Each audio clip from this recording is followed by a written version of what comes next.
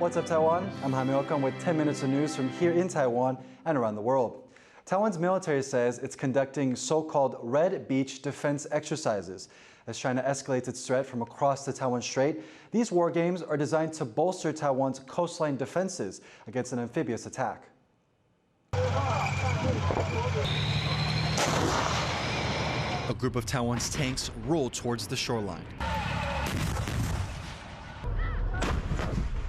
For decades, the military has been preparing against a possible invasion from China. China sees Taiwan as its own and has made numerous threats to bring the country under Beijing's control. The two sides are separated by over 130 kilometers of ocean in the Taiwan Strait. And if China wanted to occupy Taiwan, it would need to transport troops and weapons over this body of water. But experts say that factors like the weather and geography would make this kind of operation a particularly complex one. These are historically consistent factors that make a beach landing and an amphibious assault really difficult. It's one of the hardest things you can do as a military because you have to marshal all of your force for this very orchestrated, careful operation. In a report titled The Chinese Invasion Threat, U.S. military strategists highlight 14 locations around Taiwan that would be ideal for an enemy landing. Experts say that Jinsan Beach in northern Taiwan and Jialutang Beach in the south would be best suited for an amphibious invasion, so these locations are labeled as red beaches. And for over 70 years, Taiwan's military has been doubling down on its defenses in these locations. So that means Taiwan has spent however many decades developing these positions so that if it ever does happen, it's going to be a really, really difficult situation.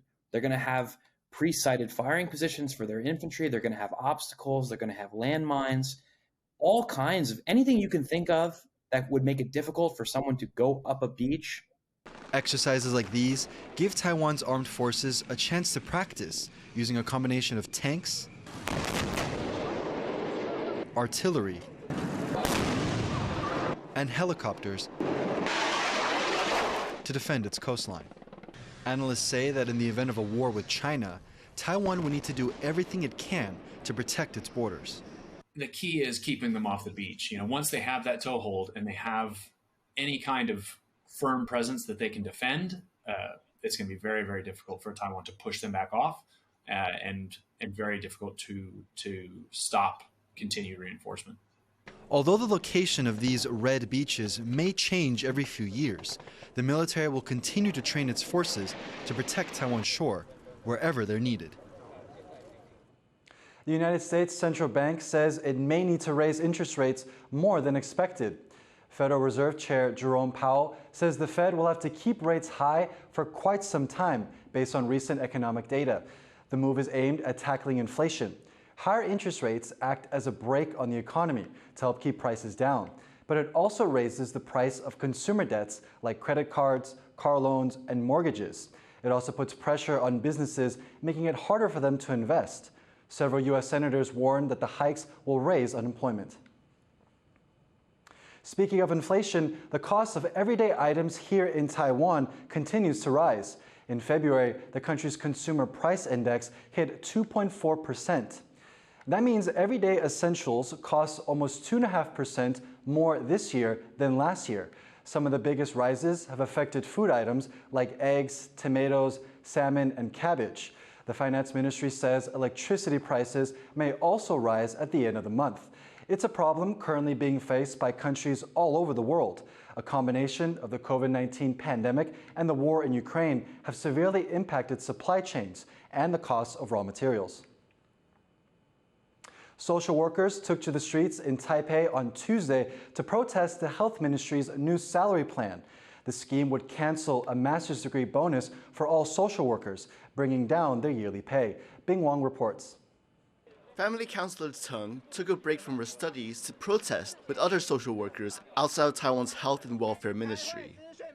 She left her job to complete her master's, as those with graduate degrees earned higher pay. Now the health ministry is considering canceling that master's degree bonus, saying that it will raise the base salary instead. This means all social workers will be paid the same, regardless of the level of education.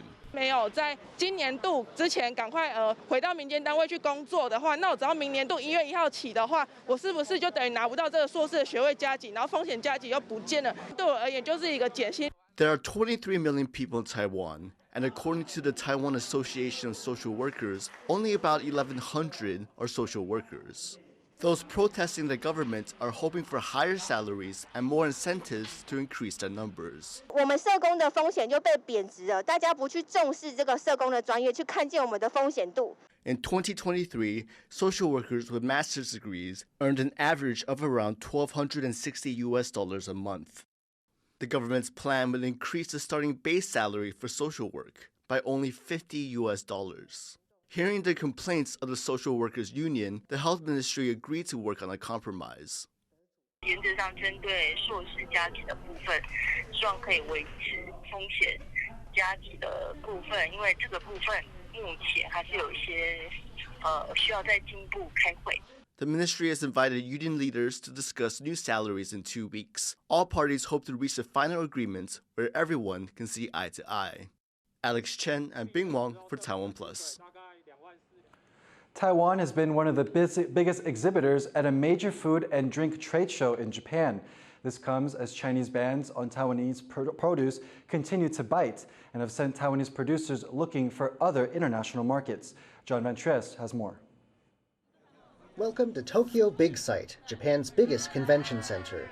It's now the site of Taiwan's latest push to get its farm products on tables around the world. This is FoodX Japan, a food exhibition that opened on Tuesday. Taiwan is the Expo's second biggest foreign exhibitor, with over 130 companies. 9 mayors and county chiefs are also here in Tokyo with sales pitches for local produce, from fruit to flowers. 这是我们台南的秘密武器。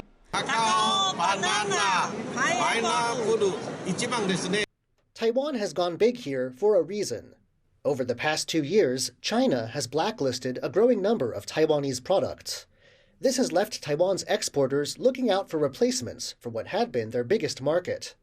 Japan has now become an important substitute. Taiwanese producers have had to do a bit of market research. 日本那边就会喜欢比较小火一点的，摘果的过程中就会刚好有一些区隔这样。But they found a receptive customer base. This cooperative, based in the southern city of Kaohsiung, sold 1,500 metric tons of pineapples to Japan last year alone. It's a similar story across the board.